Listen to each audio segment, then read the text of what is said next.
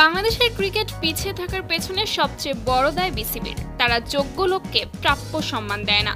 তাদের কারণে ক্রিকেটারদের মনে বাদ পড়ার ভয় থাকে না। সবচেয়ে বড় ব্যাপার হচ্ছে বিসিবি এত ধনী বোর্ড হওয়ার পরেও নতুন ক্রিকেটার বের করতে পারে না। বাংলাদেশের হারের পর এবার বিসিবিকে ধুয়ে দিলেন সাবেক বোলিং কোচ অ্যালান ডোনাল্ড। আফগানদের বিপক্ষে বাংলাদেশের ব্যাটিং দেখে হতাশ হয়েছে প্রতিটি ক্রিকেট ভক্ত। বাংলাদেশের বোলিং নিয়ে প্রশ্ন তোলার জায়গা হয়তো নেই এবারের বিশ্বকাপে, তবে ব্যাটিং ছিল একেবারে বাজে।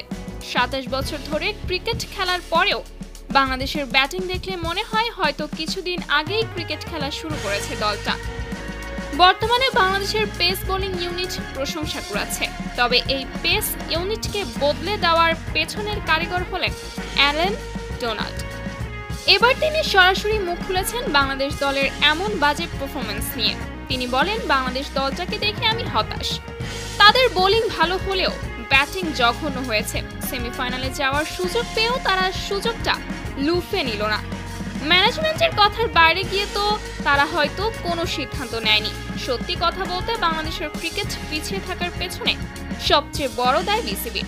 তারা যোগ্য লোককে প্রাপ্য সম্মান দেয় না। তাদের কারণে ক্রিকেটারদের মনে বাদ পড়ার ভয় থাকে না। পারফর্ম না করেও তারা বিশ্বকাপে সুযোগ পায়।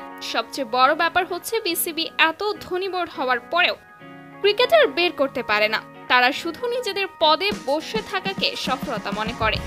ক্রিকেটের উন্নয়ন তারা চায় না। রীতিমতো বিসিবিকে ধুয়ে দিলেন অ্যালান ডোনাল্ড।